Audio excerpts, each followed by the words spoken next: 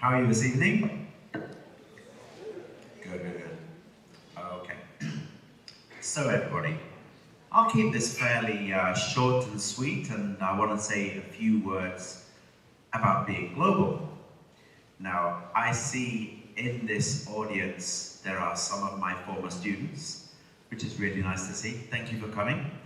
And before I begin, I just want to tell you a little bit about me. My name is Andy Robertson, and I come from the UK originally, born in London, raised in Manchester in the north of England. And I've been around the world. I've been very, very lucky. I've traveled in 47 countries, and I've been lucky enough to live, work or study in 7 countries in my lifetime. I attended the University of Wales in South Wales, studied politics, international relations. I also studied in France for 1 year in French, also international relations and languages. I was lucky enough to do a master's degree in the University of Lund in Sweden in European affairs, politics and law. And my first real job, believe it or not, was working for an airline. I worked at British Airways, which is the national airline carrier of the United Kingdom and one of the biggest international airlines. My job was in sales, like one of our other speakers here. I worked in corporate sales for a number of years, about 6-7 years. I worked with large corporate customers, big companies, Walmart, Microsoft, and others. And I represented my airline. This job was exhausting, absolutely exhausting, but good for a young man in his 20s and late 20s. I made a lot of money, like our fellow presenter here, but it wasn't enough for me. I decided in my late 20s that I really wanted to be able to see the world and do my own thing and do something more valuable than simply working in business. I decided to go back to school. I qualified, got my Master of Education and my American teaching certification so that I could teach properly and I could go around the world in a way that I wanted to as an international teacher, which I have done. I've lived in Thailand, France, Sweden, United States, also the UK where I'm from. I spent 6 years in Korea, in Seoul and Jeju Island, and also now 7 years living here in Ho Chi Minh City, Vietnam, which I really love. And my job is as head instructor for KTDC Group, which is a IELTS, Cambridge IELTS Academy. We train students to take international examinations. Many of my students come to me and say, Andy, I want to be global. I want to see the world. And one of the things they want to do, obviously, is qualify to be an IELTS student so that they can travel, they can get the right visas, they can get into the correct school or find the correct job. And that's good. And I think the young people of Vietnam are very motivated in this generation to be global citizens. And I support this. And today I'm going to talk to you a little bit about what it means to be global. But I also want to warn all of you and every country that you can't lose the value of local, regional and national while being global. These have all got to be equally represented at the same time. So first of all, let's look at the good side. Let's look at the happy side of being global. I consider myself to be global, to be a global citizen. My passport says Republic of the Earth. And that's how I see myself. And I love to travel, I love to see new things. The modern world, the global world, has allowed us to travel further than ever before. The internet in the last 25 years has made communication easier. It's also boosted the growth of the English language. English has been a dominant language for many years, for actually over a century. First with trade in the 1800s, and then of course with media, movies, TV, and mass communication, journalism in the 20th century. And then, especially in the last 30 or 40 years, the internet and modern technology has opened up English to everyone. Now, all you need is a cheap smartphone or a very basic laptop computer, and you can connect to the world of English, which brings the world together. This, I believe, is a positive aspect of globalism. So we have technology, we have the language, we also have politics and international cooperation, which is becoming increasingly globalized. You go back 60 or 70 years and you see individual countries. Unfortunately, this includes war between individual countries. But the one nice thing is, in the last 80 or 90 years, is that countries have started getting together to cooperate. The European Union, of course, the United Nations. Here in Southeast Asia, we have ASEAN.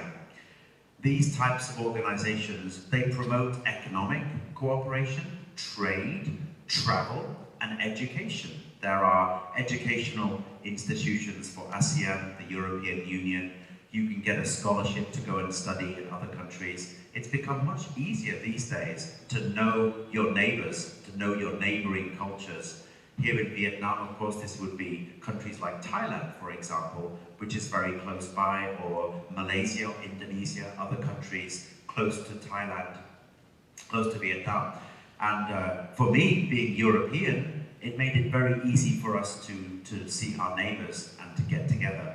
It also means a lot more cooperation between governments to establish new infrastructure and new ways of traveling.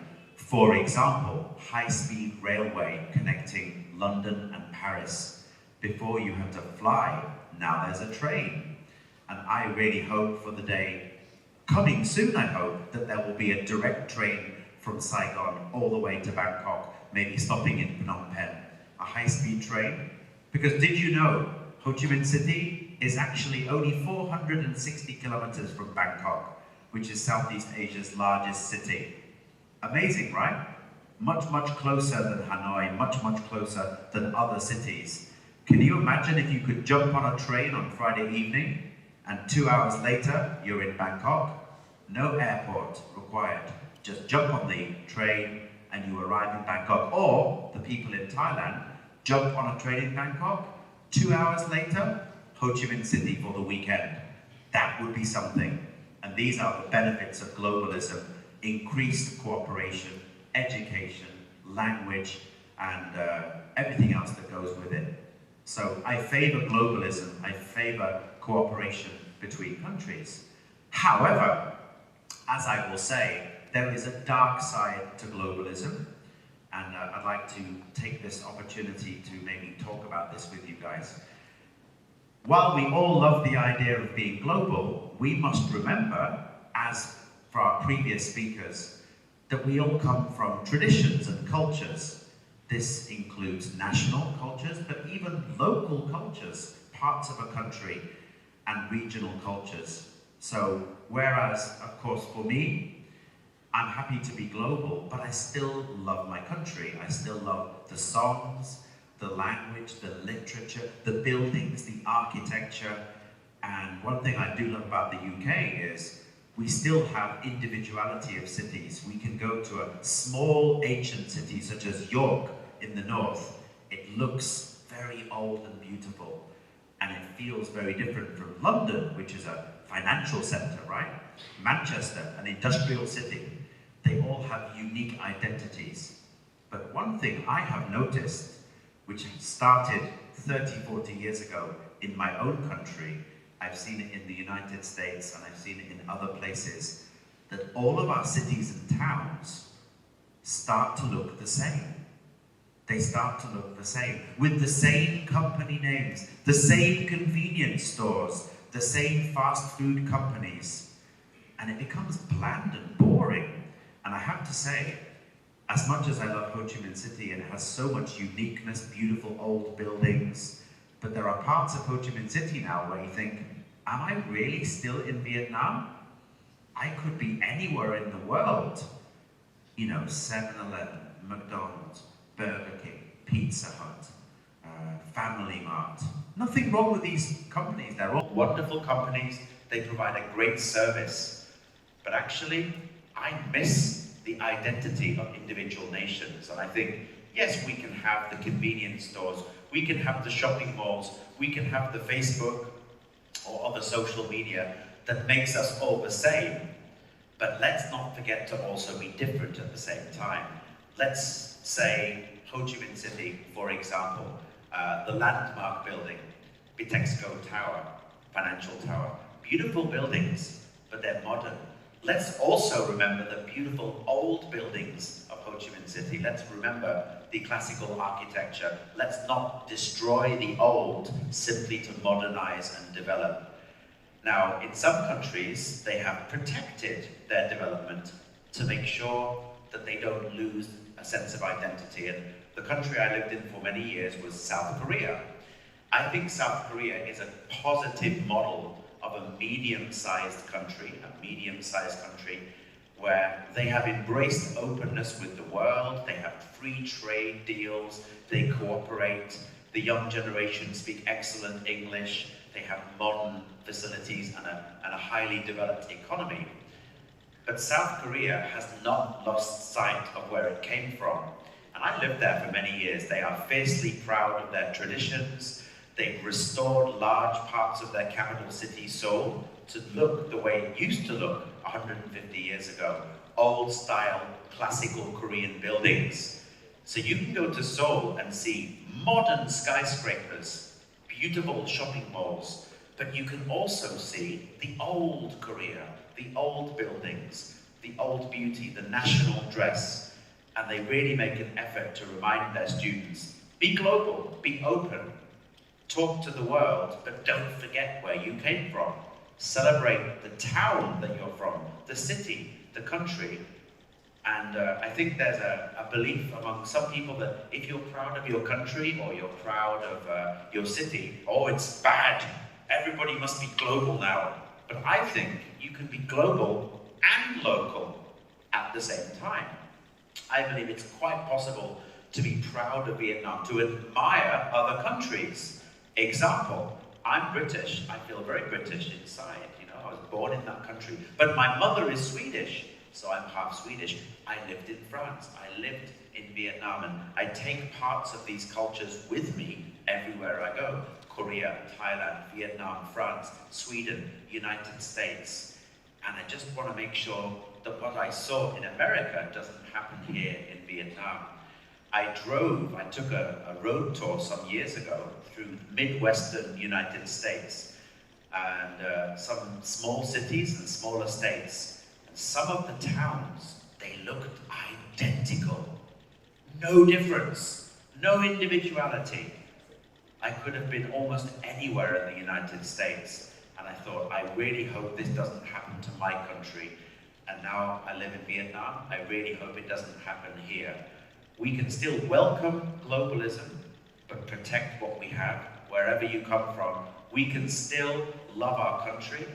At the same time, we can respect and admire and like the outside world. And that's my main message today, guys. Be global, yes, but also be local. Thank you for listening.